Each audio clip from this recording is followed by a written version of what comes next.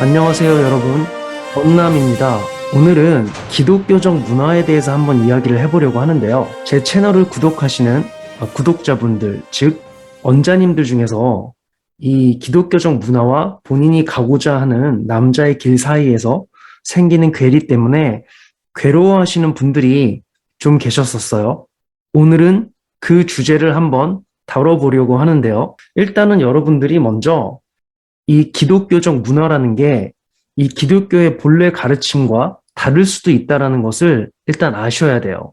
이 culture, 문화라는 것은 사람들이 그 시대 정신에서 자유로울 수 없는 그 시대적 요구에 맞는 행동 양식들이 쌓아져서 만들어진 부분이기 때문에 절대로 시대 정신에서 자유로울 수는 없고, 이 시대 정신이라는 것은 오히려 기독교의 본래 가르침과는 굉장히 거리가 먼 부분이 있는 거죠. 왜냐하면 이 기독교적 가르침은 시대를 막론하고 보편적 정의가 되어야 한다라는 게 전제가 되어야 하는데, 이 시대 정신에 영향을 받는 기독교적 문화는 이 본래의 기독교적 가르침과 처음부터 속성에서 맞지가 않는 거죠. 제가 오늘 드리는 말씀은 저의 기독교적 지식이 신학을 한 것만큼 아주 깊지는 않기 때문에 오류가 포함되어 있을 수도 있고 하기 때문에, 여러분들께서도 제가 말씀드리는 거에 대해서 취하실 것은 취하시고 버리실 것들은 버리시는 방향으로 오늘의 영상은 시청을 해주셨으면 좋겠습니다. 일단 기본적인 기독교적 문화의 근본이 뭔가요? 이게 성경이죠. 이 성경이 기독교에서 하나님을 알아가는 가장 중요한 자원임에는 그 누구도 부정할 수가 없죠. 그런데 여기에는 여러분들이 평소에 생각을 해보셨는지는 모르겠지만 한 가지 여러분들이 간과하고 있는 부분이 있는데요.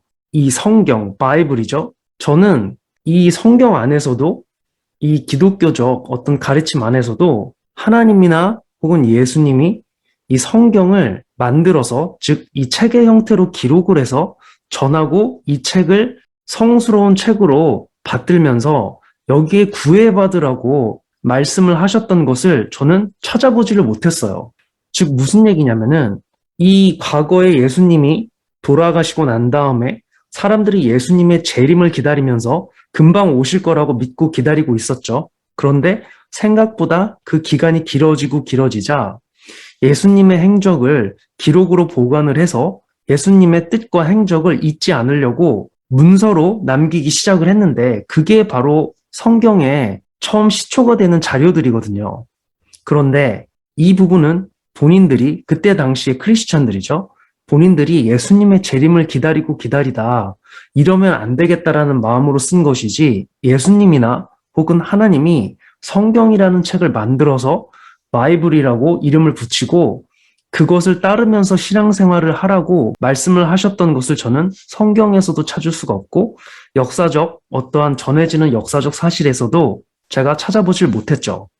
그러니까 일단은 이 성경이라는 책을 만들어서 하나님을 따른다는 것 자체가 저는 정말로 하나님이 원하셨던 방향인지는 저도 잘 모르겠어요. 물론 예수님이 오셨다라는 그 사실을, 굿 뉴스죠, 복음을 전파한다라는 부분은 기독교적 가르침에 맞다라고 생각하지만, 이 성경이라는 것을 만들어서, 그 바이블이라는 것을 만들어서 따르는 것에 대해서는 저는 이게 하나님이나 예수님이 말씀을 하신 부분은 아니라고 보는 거죠.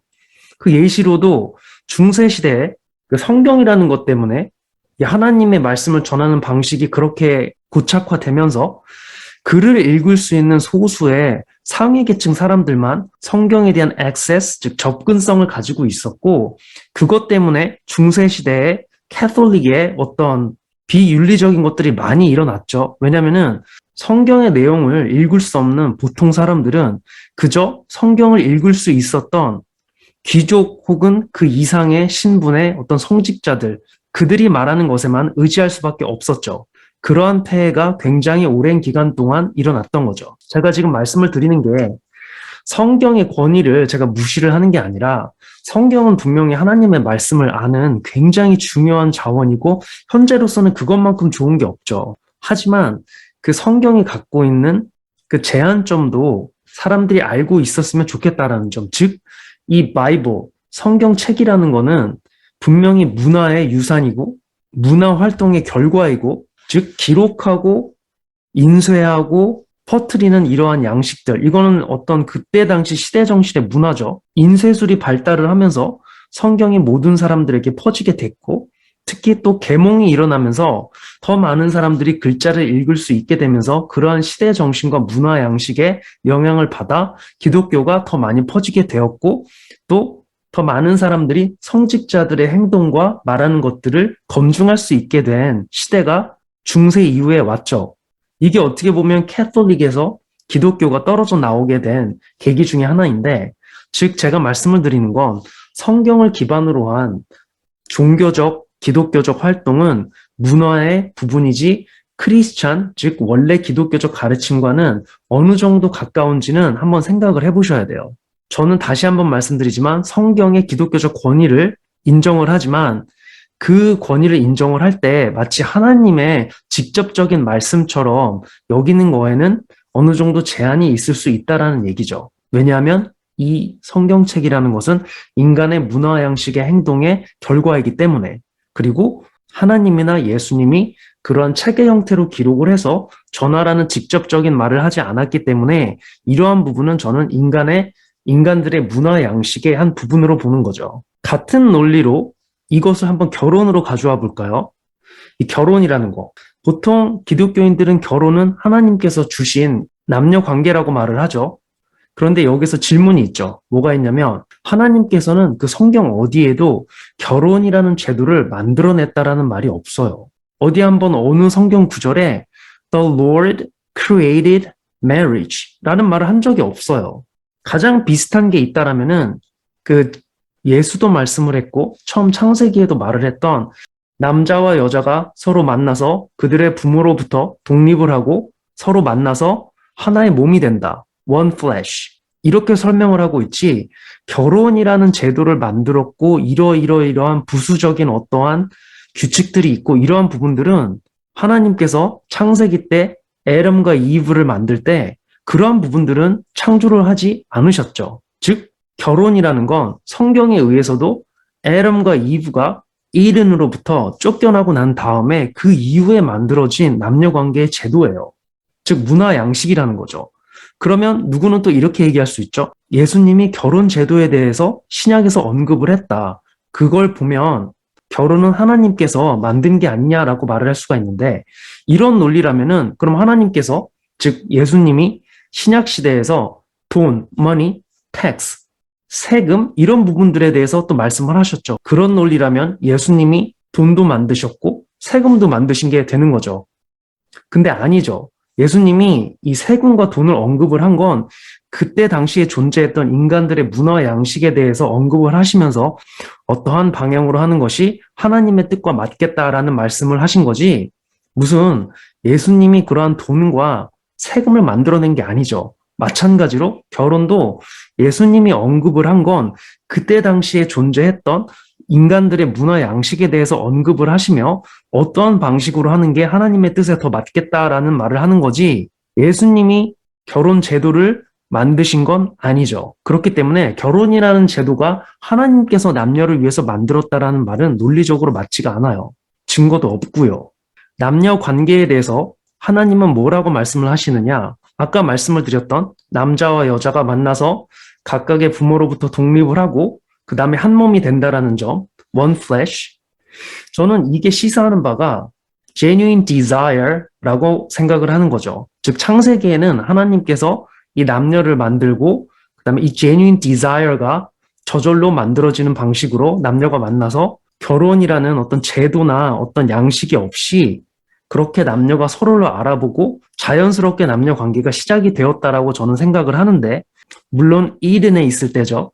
그런데 그 이후에 이든으로부터 애덤과 이브가 쫓겨나고 난 다음에 그들이 그 이후에 인류가 adultery, 즉 어떤 성적인 문란이 오면서 저는 그런 것 때문에 결혼 제도가 확립이 되면서 남녀의 어떤 성적인 남녀 관계를 좀 제한을 하고 최대한 그 성적인 문란을 막기 위해서 제도화돼서 남녀 관계를 명확히 하게 되었다라고 저는 생각을 하는 거죠. 이것은 제 추론이고요. 하나님과 예수님은 결혼이라는 제도를 만드신 적이 없다라는 거. 이것은 문화적 양식의 결과라는 거를 말씀을 드리는 거고요. 여러분들 조금 기독교적 본질과 기독교적 문화, 즉 행동 양식, 인간들의 행동 양식으로부터 나온 것들의 어떤 차이점이 조금씩 보이시나요? 즉 정말 본질과 문화 양식을 구분을 하실 줄 아셔야 돼요. 왜냐하면 이 문화 양식은 시대 정신의 영향을 받을 수밖에 없고 항상 시간이 갈수록 변하는 반면 이 기독교적 본질은 처음에 만들어진 정신과 행동 양식을 담고 있기 때문에 시간이 지나도 변하지 않아야 되는 거죠. 자, 그럼 다시 처음으로 돌아와서 성경이 문화의 부분이라는 관점에서 봤을 때 이 성경을 번역된 그대로 영어 원문이라 할지라도 원래 그리스의 헬라어가 번역이 되면서 라틴어로 번역이 되고 그 이후에 또 다른 언어로 번역이 되고 영어, 한국어 이렇게 온 거죠. 이렇게 번역된 성경들을 문자 그대로 해석을 하는 것은 또 저는 무리가 있다라고 보는 거죠. 예를 들면 이 결혼에서 1대1 monogamous relationship 일부 일처제에 대해서 마치 성경에서 그 얘기를 했던 것처럼 얘기를 하는데 그 근거가 뭐냐면 제가 아까 말씀드렸던 남자와 여자가 부모로부터 독립해서 나와서 만난 다음에 one flesh, 하나의 몸이 된다라고 할 때 거기에 관사가 붙어 있어요. 뭐가 있냐면 a man 이렇게 성경에 되어 있는 거죠. 이 성경 구절을 제가 제대로 읽어드리면 물론 번역된 성경마다 약간의 차이가 있지만 일단 제가 창세기에 있는 원문, 영어 원문을 읽어드리면 For this reason, a man shall leave his father, a man이죠, and his mother, and be joined to his wife, and they shall become one flesh. 보시면 a man이 있고 his wife, wives가 아니라 wife라고 써있다라는 의미죠. 그러면서 일부 일처제를 주장을 하는 거죠. 그 다음이 마태복음이죠. Matthew에도 For this reason, a man shall leave his father and his mother and be joined to his wife, and the two shall become one flesh. 이런 말이 있죠. 그래서 이 남자와 여자를 여기서 단수 취급을 했기 때문에 일부 일처제라고 얘기를 하는 거죠. 하지만 여러분, 제가 아까 말씀을 드렸듯이 문화의 결과인, 문화의 부분인 성경을 문자 그대로 해석을 하는 건 그동안 수많은 번역 작업을 통해서 혹시라도 있을 수 있었던 오역의 가능성을 전부 다 배제를 하는 거고 언어의 차이에서 올 수 있는 부분들을 완전히 무시를 하는 거예요. 아까 말씀드렸듯이 원래 처음 발견된 이 성경의 원본이 되는 자료들은 신약은 헬라어로 쓰여 있었고 구약 성경은 히브리어로 쓰여 있었죠. 그런데 이마저도 원래 원본이 아니라 다 사본들이죠. 왜냐하면은 옛날에 기록을 했었던 원문의 재질인 양피지나 파피루스 등은 세월이 지나면서 곰팡이가 슬거나 역사적 사건에서 소실이 되어 왔기 때문에 계속 옮겨 적으면서 여러 번에 걸쳐서 쓰여진 사본들이 현대 성경의 원래 자료들이 되는 거죠. 그래서 이미 처음 발견된 그 가장 원문인 성경도 실은 복사본이라는 거. 이걸 아시면 이 성경이 번역이 되어 오고 퍼지면서 어떤 인간의 실수라든지 번역의 오류가 있을 수도 있었다라는 점을 간과를 할 수는 없는 거죠. 일부 일처제에 대해서 조금 제가 또 의심을 갖는 다른 부분은 뭐냐면 성경에 보면 이 예수님과 교회의 관계는 신부와 신랑의 관계라고 하죠. 근데 여러분 보시면 아시겠지만 이 예수님은 하나의 개체이고 그죠? 신이시지만 하나의 개체로 볼 수 있죠. 하나님의 아들. 근데 이 교회는 한두 개가 아니죠. 그렇게 보면 하나의 신랑과 여러 명의 신부가 되는 건데 이건 또 어떻게 설명을 하냔 말이죠. 그럼 또 이렇게 얘기를 하죠. 그게 아니라 교회는 모두가 하나다. 예수님 한 분과 교회 모두 하나, 즉 1대1이다라는 주장을 펴는데 그럼 저는 또 할 말이 있는 거죠. 아니 그렇게 하나인데 왜 이렇게 종파를 가르고 캐톨릭이니 프로테스탄트니 가르고 또 그 안에서도 여러 종파가 나뉘고 서로 치고받고 싸우죠. 하나의 몸인데 서로 치고받고 싸우죠. 자기 주먹으로 자기 얼굴이나 머리를 때리는 것이냐? 이게 말이 안 되죠. 이 교회 전체가 하나라고 말을 할 때에는 그러면 일단 본인들끼리 먼저 싸우지 말아야 하죠. 이런 의미에서 이 예수님과 교회의 1대1 신부 신랑 관계에 대한 주장은 저는 뭔가 논리적인 오류가 있다라고 보는 거죠. 실제로 그렇게 보이지도 않고요. 그래서 여러분, 이 성경을 그냥 문자 그대로 해석을 하게 되잖아요. 그러면 오히려 이거는 여염이 생겨날 수 있는 여지가 있는 거예요. 제가 하나 예를 들어 볼까요? 저는 이렇게 성경 구절을 따로 떼가지고 얘기하는 것보다는 그냥 저의 논리에서 나오는 것을 더 좋아하지만 이 부분만큼은 제가 또 성경 구절을 하나하나 짚으면서 말씀을 드려볼게요. 물론 저는 이제 벤 샤피로가 그랬죠. 자기는 성경 구절 하나하나를 가져와서 따지는 것보다는 본인의 논리를 갖고 본인의 성경에 대한 이해로 논리적인 접근을 하는 게 더 합리적으로 느껴진다라고 말을 했고, 저는 또 이 벤 샤피로의 이러한 주장에 동의를 하는 편입니다. 어쨌든 제가 이번만큼은 제가 구절을 가져와서 얘기를 해보면 문자 그대로 성경 해석 갑니다. 디모데전서 2장 11절, 여자는 전적으로 복종하며 조용히 배울지라. 문자 그대로 그 시대 상황을 다 제외하고 문화라는 측면에서 보는 게 아니라 문자 그대로 이 성경을 해석하면 여염이죠. 12절, 오직 나는 여자가 가르치거나 남자에게 권위를 행사하는 것을 허락하지 아니하노니 다만 조용히 할지니라. 이 구절에 따르면은 크리스찬 페미니스트는 같이 존재할 수가 없는 거겠네요. 왜냐하면 여자가 가르치거나 남자에게 권위를 행사하는 것을 허락하지 아니하노니라는 말이 있죠. 그러니까 이 성경을 문자 그대로 해석을 하면은 여염이 될 수 있겠네요. 13절, 이는 아담이 먼저 지어지고 그 뒤에 이브가 지어졌으며, 즉 남자가 여성보다 위에 있음을 얘기하는 얘기죠. 이 성경 구절대로라면. 14절, 또 아담이 속지 아니하고 여자가 속아 범법 가운데 있었기 때문이라. 여기에 의하면 아담과 이브가 처음에 지었던 태초의 죄를 이브의 탓으로 얘기를 하고 있죠. 아담이 속지 아니하고 여자가 속아 범법 가운데 있었기 때문이라 라고 얘기를 하죠. 또 여염이죠. 이 말 그대로라면. 이렇게 디모데전서 2장 11절에서 14절을 문자 그대로 해석을 하면 지금 시대 정신으로라면은 여염이 되겠네요. 저 구절들은 그때 당시 시대 상황에는 맞는 말들이었지만 그때는 특히 여성들이 또 교육 수준이 낮은 시대였죠. 저 디모데전서가 쓰였던 그 시절에는. 그러나 지금 같은 현대사회에 적용을 하기에는 이 시대 문화적으로 봤을 때 무리가 있는 거죠. 이것만 봐도 이 성경이 문화적인 행동의 결과라는 것을 알 수 있는 거예요. 시대 정신을 반영을 하면서 기록을 한 책이기 때문에 이 문화라는 측면에서 벗어날 수가 없는 거죠. 특성에서. 시대가 변하면 문화도 변한다라는 거. 성경을 문화적 부분이 아니라 어떤 기독교의 근본으로 보고 시대를 아우르는 그러한 지식으로 보기 시작하면 이 현재 시대의 페미니즘과 기독교는 같이 공존할 수가 없음에도 불구하고 심지어 미국에는 페미니스트, 여자 목사도 있는 거죠. 그런데 아까 제가 읽어드렸던 그 구절에 의하면 실은 여자 목사가 불가능한 거죠. 하지만 현재 문화에서는 가능한 거죠. 즉 제가 말씀을 드리고 싶은 건 이 성경 안에도 기독교적 문화가 녹아있고 이 기독교적 문화는 시대가 변함에 따라 옳고 그름이 바뀌어질 수밖에 없는 거죠. 이게 문화의 속성이에요, 여러분. 그래서 본래 기독교의 본질과 기독교적 문화는 분리를 해서 생각을 해야 혼란이 오지 않는다라는 말씀을 드리는 겁니다. 그런 의미에서 다시 일부일처제 논의로 돌아오면 여러분 보시면 아시겠지만 이 일부일처제가 현재 결혼제도의 시스템으로 자리를 잡은 건 얼마 되지 않았죠. 그 수천 년의 인간의 역사를 봤을 때 한 100년 남짓 내외 정도라고 저는 생각이 되는데요. 더 길 수도 있고요.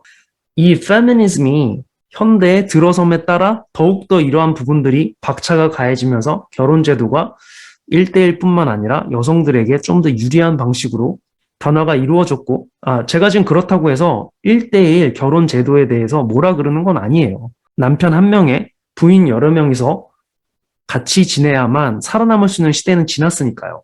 그거는 저는 선택의 문제라고 생각을 하는데 여성들의 어떤 불안함이 이 결혼제도 자체를 어떤 공존할 수 있는 제도로 가게 하는 게 아니라 남자가 여성에게 볼모로 무언가를 잡혀서 결혼이란 제도가 여성에게는 어떤 보험, 남성에게 영향력을 행사할 수 있는 형태의 그러한 제도로 바뀌어 왔다라는 거죠. 제가 예를 그전에도 한번 들어드렸죠. 미국에서는 남녀가 이혼을 하게 되면 여성에게 유리한 방향으로 재산 분배가 이루어지고 아이 양육권도 가게 되고 또 alimony, 이혼 수당이라는 게 있어서 남성이 무제한의 돈을 그 여성에게 줘야 될지도 모른다라는 그러한 위험성이 있다라는 거. 그래서 이 결혼 제도가 현재는 남녀의 어떤 관계를 서포트하는 방향으로 가는 게 아니라 여성이 남성에게 영향력을 행사할 수 있는 어떤 인슈어런스, 보험 내지는 레버리지, hostage, 인질 같은 방식으로 작용을 한다라는 거죠. 이렇게 시대 정신에 따라서 이 결혼 제도가 계속 바뀌어 왔던 거예요. 일부 다처제에서 일부 일처제로, 그 다음에 노예 일처제로 바뀌어 온 거죠. 제가 한번 지금 비유를 드린 거예요. 미국에서는 이 남자들이 결혼 제도에 들어온 이상 여성에게 아무 파워가 없죠. 하나님이나 예수님은 일부 일처, 일부 다처에 대해서 아예 언급 자체를 하신 적이 없어요. 실은. 만약에 일부 다처제가 죄라고 한다라면 하나님은 분명히 그런 남자들을 벌을 하셨을 텐데 단순히 일부 다처제를 했다라고 해서 벌을 받았던 남성은 한 명도 없었죠. 오히려 하나님이 어떤 남성에게 어떤 여자를 취하지 말라고 했거나 취하지 말라고 했던 여자를 취했거나 취하라는 여자를 취하지 않았을 때, 즉 하나님의 말씀을 듣지 않는 형태로 메이링이 이루어졌다라가 핵심이지 단순히 한 남자가 여러 명의 와이프를 갖고 있었다라고 해서 그게 문제가 돼서 하나님께서 어떠한 인간들을 벌하신 적은 없죠. 만약에 그게 진짜 큰 죄였다라면은 마치 소돔이나 고모라처럼 아마 일부 다처제를 하는 모든 사람들을 전부 다 쓸어버렸을 텐데 그러한 일은 성경 역사에서 한 번도 일어나지 않았죠. 그런데 왜 일부 다처제가 마치 하나님의 어떤 뜻을 반대하는 것처럼 요즘에는 이해가 되는지 저는 모르겠어요. 저는 실은 어떻게 생각을 하냐면 하나님은 인간이 일부 일처제를 하던 일부 다처제를 하던 별로 신경을 쓰지 않으신다. 신경 쓰는 건 뭐냐면 성적인 문란함. 이 부분을 경계를 하는 거지 일부 일처제다, 일부 다처제다에 대해서는 하나님은 전혀 여기에 대해서는 언급을 하신 적이 없죠. 또 여기서 여러분들이 보실 수 있겠지만 즉 기독교적 본질과 기독교적 문화, 시대 정신과 시대의 요구에 따라서 변천해온 것들에 현혹이 되셔서 시대 정신과 시대적 요구에 따라서 변해온 것들을 기독교의 본질로 혼란이 오시면 그때 굉장한 심리적 갈등이 기독교를 믿으시는 제 구독자님들께 오게 되는 거죠. 현재 남성에게 매우 불리한 결혼 제도는 페미니즘이라는 그 시대 정신에 맞물려서 결혼 제도가 거기에 맞게 변화가 된 것이지 현재의 결혼 제도가 기독교에서 말하는 본래의 결혼 제도와 얼마나 비슷하냐? 실은 거리가 굉장히 멀죠. 일부 일처, 일부 다처제 이 부분도 틀릴 뿐더러 어떤 이혼에 대한 부분들도 그때 당시의 결혼과 현재의 결혼과는 굉장히 차이가 있죠. 그리고 심지어 이 결혼이라는 건 하나님께서 하라고 말씀을 하신 부분도 아니죠. 저는 개인적으로 이 기독교적으로 얘기를 하는 남녀 관계는 그 아까 제가 말씀을 드렸던 남자와 여자가 본인의 부모로부터 나와서 서로 만난 다음에 하나의 몸을 이룬다. 하나의 가정을 만든다. 라고 서술한 게 가장 심플하게 잘 나타낸다라고 하는데 이 부분이 굉장히 genuine desire에 근접한 개념이라고 저는 생각을 합니다. 즉, naturally. 자연스럽게 그렇게 일어난다라는 거지 무슨 요즘 기독교적 문화처럼 무슨 증인이 있어야 되고 어떤 커버넌트가 있어야 되고 뭐 여러 가지 의식들이 있죠. 혹은 개념들이 있죠. 그러한 부분들은 처음에 애덤과 이브가 이른해서 만들어졌을 때에는 전혀 없던 개념들이고 하나님께서 그런 부분들을 언급을 하신 적은 없어요. 인간들이 그 시대 정신에 따라서 그때그때 맞게 브레인 피셜로 생각을 막 해내는 것들이 그것들이 모아져서 심지어는 현재의 기독교 문화는 성경에서 말하는 것과 괴리가 생기는 경우도 있죠. 마치 아까 제가 디모데전서 말씀을 드린 것처럼 그것을 만약에 문자 그대로 해석을 하면 현재의 여성 목사님들은 계실 수가 없는 부분인데 지금 시대 정신을 반영을 하면서 그 부분을 또 다르게 해석을 하고 있죠. 근데 저는 이게 틀리다라고는 생각 안 해요. 즉 제가 말씀드리는 건 성경에 나온 그러한 내용들은 시대 정신을 반영한 기독교적 문화의 부분도 많이 녹아 있다라는 거. 동성 간의 결혼도 20년 전만 하더라도 미국 기독교 문화에서 거의 금기시되었던 것이 2021년부터 미국 기독교인의 50% 이상이 이를 이해하는 입장을 취하고 있고 동성애자인 목사님들도 생겨나고 있어요. 제 말의 핵심은 동성애가 맞다 틀리다가 아니라 기독교 문화는 시대 정신에서 자유로울 수 없다는 것입니다. 정말 예수님이나 하나님이 직접적으로 말을 한 부분이 아니라면은 보통은 어떤 시대 상황과 문맥을 생각해서 이해를 해야 되는 부분이 있고, 그렇기 때문에 기독교적 문화와 기독교의 근본은 분리를 하셔서 사고를 하실 수 있어야 제대로 된 고통이 적은 본인의 기독교적 종교 생활을 하실 수가 있다라는 얘기죠. 제가 알고 있는 어떤 기독교적 지식에서는 기독교적인 어떤 근본은 여러분들에게 어떤 행동 양식적인 측면에 있어서는 자유, 선택을 보여주지만 이 기독교적 문화는 문화라는 속성 때문에 그 믿는 사람들에게 강요적인 측면을 보여주는 경향이 좀 있죠. 제가 말씀드리지만 아까 남녀 관계에 있어서도 성경에서 하나님이 그다음에 예수님이 말씀하신 부분은 남자가 부모로부터 나와서 독립을 한 다음 여성과 함께 한 몸이 된다. 하나의 가정을 이룬다. 라는 측면인 거고 어떤 결혼에 대해서 뭐가 있어야 되고 어떻게 돼야 되고 재산은 어떻게 해야 되고 집은 누가 해와야 되고 이런 방식의 내용들은 다 문화의 부분인 거고 강요적인 측면을 띠고 있는 거죠. 기독교적인 근본은 여러분들에게 더 많은 선택지를 형식적인 면에 있어서는 많은 선택지를 보여주며 그 근본만을 건드린다는 것, 즉 남녀가 어떤 방식으로 자연스럽게 만나서 하나의 가정을 이루는지 그런 부분에 대해서 얘기를 하고 그 이외의 부분에 대해서는 여러분들에게 선택의 자유를 준다라는 거. 제가 알고 있는 기독교는 그렇다는 말씀이죠. 다시 한번 말씀드리지만 제가 무슨 신학을 전공했거나 어떤 신학자들과 서로 논쟁을 할 수 있을 정도의 그러한 지식이 있는 건 아니고 제가 제 범위 내에서 겪어왔던 그리고 제 범위 내에서 경험했던 기독교적인 지식과 문화들에 대해서 알고 있는 지식으로 여러분들께 제 생각을 오늘 한번 나눠봤습니다. 여러분들 그렇기 때문에 제가 어떤 전문가는 아니기 때문에 제가 말씀드린 부분들 중에서 유용하다고 생각이 되셔서 취하실 수 있는 부분은 취하시고 버릴 부분은 과감히 버리시면서 본인만의 길을 찾아가시기를 바랍니다.